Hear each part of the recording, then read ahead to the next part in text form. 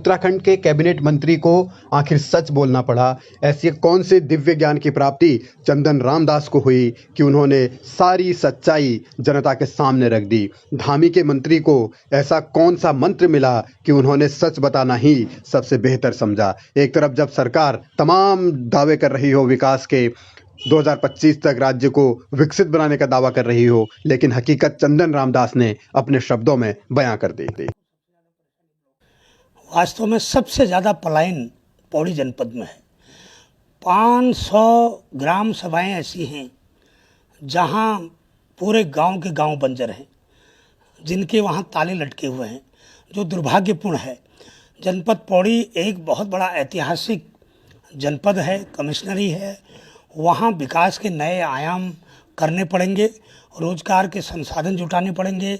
वहाँ पर्यटन के क्षेत्र में कडोलिया जैसे बहुत सुंदर स्थान हैं और ऊंची ऊंची चोटियाँ हैं। मैंने वहाँ का निरीक्षण किया, मैंने देखा, और कोशिश होगी कि हम पहाड़ के पानी और पहाड़ के जवानी को जब तक हम पहाड़ में नहीं रोकेंगे और तब तक ये पलायन का दंश रुकने वाला नहीं है। इसके लिए रोजगार सृजन की आवश्यकता सबसे ज़्यादा है, इसका प्रयास हमको करना पड़ेगा। चंदन रामदास समाज कल्याण और परिवहन मंत्री भी हैं। इसके अलावा वो पिथौरागढ़ और पौड़ी जिले के प्रभारी मंत्री भी हैं। इसीलिए बतौर प्रभारी मंत्री उन्होंने पौड़ी में पलायन की हकीकत बताई, पौड़ी में विकास के पिछड़ने की हकीकत बताई। तमाम पूर्व मुख्यमंत्रियों और मौजूदा मुख्यमंत्री के दावों का ढोल फोड़ दिया। चंदन रामदास ने साफ साफ बयां कर दिया कि पर्यटन के क्षेत्र में भी पौड़ी में कुछ नहीं हुआ, जबकि पर्यटन मंत्री सतपाल महाराज जी हैं। धन सिंह रावत जो कि श्रीनगर से विधायक हैं, शिक्षा मंत्री हैं, उच्च शिक्षा मंत्री हैं। इसके अलावा उनके पास स्वास्थ्य मंत्रालय भी है, लेकिन चंदन रामदास को लगता है कि श्रीनगर मेडिकल कॉलेज में ही कुछ नहीं हुआ। तो इससे ये साफ है कि विकास की जो गाथा उत्तराखंड सरकार अपने आप में गा रही है, वो विकास धरातल पर कहीं नहीं है। जो मैंने आकलन किया उस हिसाब से वहाँ की जो भौगोलिक स्थिति है वो बहुत विषम है, और उस भौगोलिक विषम स्थिति के कारण मैंने भी वहाँ देखा रोडों की स्थिति बहुत जर्जर है।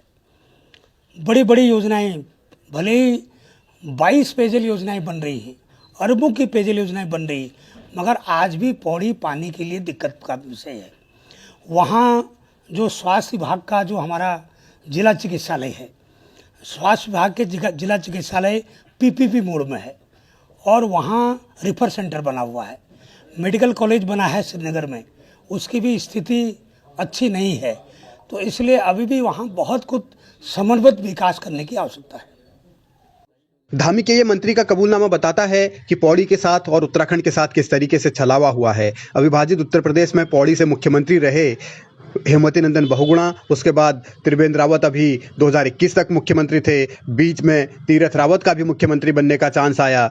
उससे पहले निशंक भी मुख्यमंत्री रहे हैं, खंडूरी रहे हैं, विजय बहुगुणा रहे हैं, पौड़ी जिले का प्रतिनिधित्व करते रहे हैं। अब धामी मुख्यमंत्री के साथ साथ पेयजल मंत्री भी हैं, लेकिन उनके ही मंत्री कह रहे हैं कि पौड़ी में पानी की भारी किल्लत है। पर्यटन मंत्री सतपाल महाराज हैं, केंद्र में मंत्री रह चुके हैं, लेकिन विकास के नाम पर उन्होंने क्या किया, यह भी अब सवाल है। धन सिंह रावत भी बड़े बड़े मंत्रालय तो संभाल रहे हैं, लेकिन उनका ही स्वास्थ्य विभाग पीपीपी मोड पर चल रहा है, ये खुद उनके मंत्री कह रहे हैं। तो इससे अंदाजा लगाया जा सकता है कि विकास के नाम पर उत्तराखंड के साथ किस तरीके से धोखा अब तक होता आ रहा है। 22 साल का हो गया है उत्तराखंड, लेकिन जमीन पर काम दिखते नहीं, और मंत्री खुद इस बात को अगर